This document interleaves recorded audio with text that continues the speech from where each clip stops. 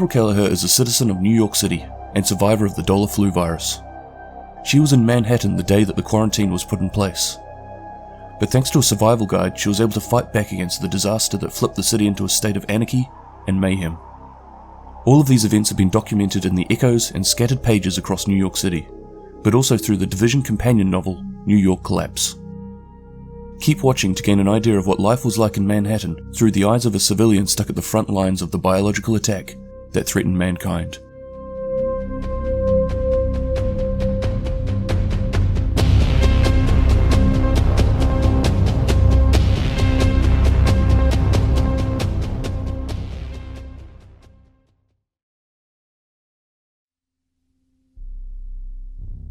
Prior to the outbreak, April received a gift from her husband, Bill. This gift was in the form of a book, a guide. It was called New York Collapse. Included with it was the note, "To A on her birthday, because you can never be too paranoid about the world coming down around your ears. But if New York City collapses, I know we won't, babe. You and me and you. The world begins and ends there. Read on and you'll be all set when the zombies come. Love, much love, all the love. B." Although it was taken as a joke gift, April had no idea how useful this guide would become. December 3rd. Bill worked as a biochemist for a company in Manhattan called the Sequent Biotech Group, or SBGX. On the day Manhattan was put under quarantine, April got worried and went to visit Bill at work. Taking the subway, April brought the book with her as something to read for the journey. But as she walked down the road towards his office, she witnessed her husband running out with a couple of his co-workers. There were men behind him, men with guns. And at the same time, 2 cars pulled up. Inside these cars were more men with guns. April quickly decided to duck down and hid out of sight while a gunfight broke out between the 2 groups. Everything was over as quickly as it started. The first car drove past and she could see that one of the men in the back seat was a colleague of Bill's, and he was covered in blood. April ran to the building and found Bill, slumped against a bike rack, dead. In the crossfire, he had taken 2 bullets to the chest. Suddenly, the men who originally came out of the building dragged Bill's body away and into the second car, while another held a gun on her. They were wearing all black, military-style clothing. After the shooting, the crime scene was taped off and a coroner's van took the bodies away. April called the police about what she had witnessed and to try and get some more information about what had happened to her husband, but a detective told her that there had been no report made on any firearms incident in that area. She hung up the phone. After staying at the scene for a while, she decided to go home. But upon arriving at the subway, there were signs posted up everywhere, saying that there was a quarantine in effect, and that the trains had been cancelled. She was trapped on Manhattan Island. April only had a handful of possessions on her, including some cash. Angry, scared, confused, and unable to go home, April heads to her friend Eva's house, where she plans to hang out for a few days, or until things calm down a little.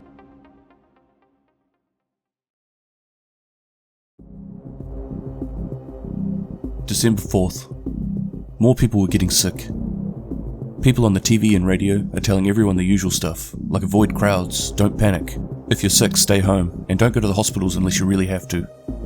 Nobody seems to know what the sickness is, but it moves fast, and a lot of people have already died from it. Quarantine on Manhattan is now in full effect. The National Guard has blocked off all bridges and tunnels leaving the island.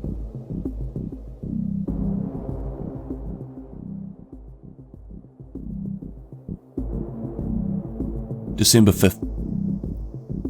April begins to start questioning the details around her husband's death. Who were these people? What was Bill involved in? And why did they leave me alone? Eva consoles her, telling that everything's going to be okay. She tells her that she doesn't think it's a good idea to look into Bill's death, just to contact the police, but she's already tried that.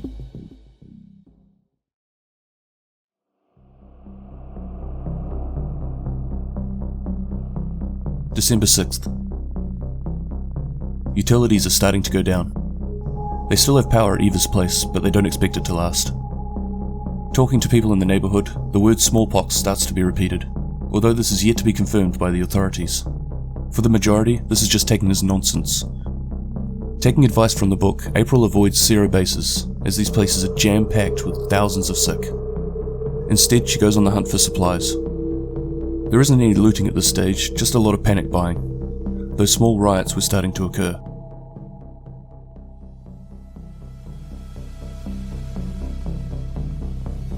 December 7th. Eva has become sick. She has a fever and is coughing. Fortunately, they still have power, so April is able to make some ice to try and control the fever. Sarah promises that there is a vaccine on the way and they'll be distributing it door to door, but they never come.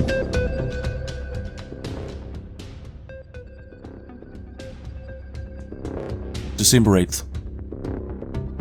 Eva's sickness worsens. She has developed blisters all over her body. The DCD has now sequenced the virus and confirms it to be a variant of smallpox. At this point, April begins to guess that due to the quick infection rates of the virus, that it's actually a terrorist attack, and suspects that money may have been the way it was spread.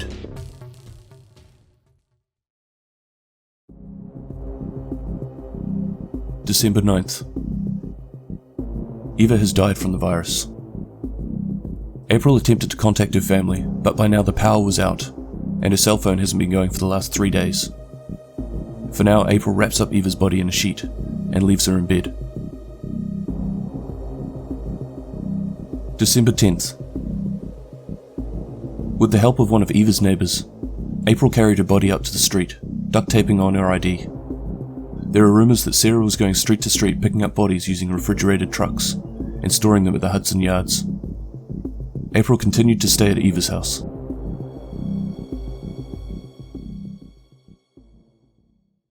December 11th.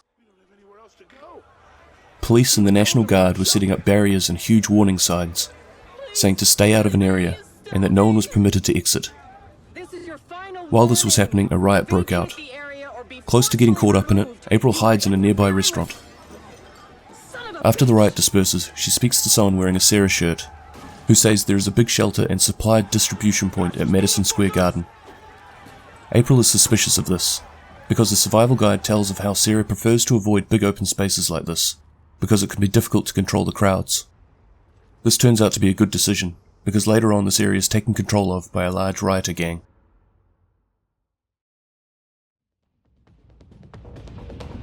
December 12th. With no other options, April continued to live at Eva's place.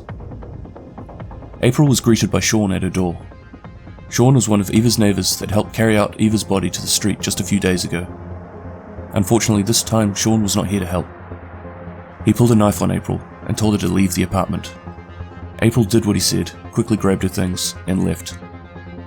She was out on the streets again. Against the advice of the book, she checked in with the public shelters to see if anyone had any space to house her for the night. She eventually found one in the basement of a church in the Hell's Kitchen district. It was crowded, but at least she had a roof over her head. While in the shelter, she began to dive deeper into the survival book. After reading it more carefully, alarm bells started going off.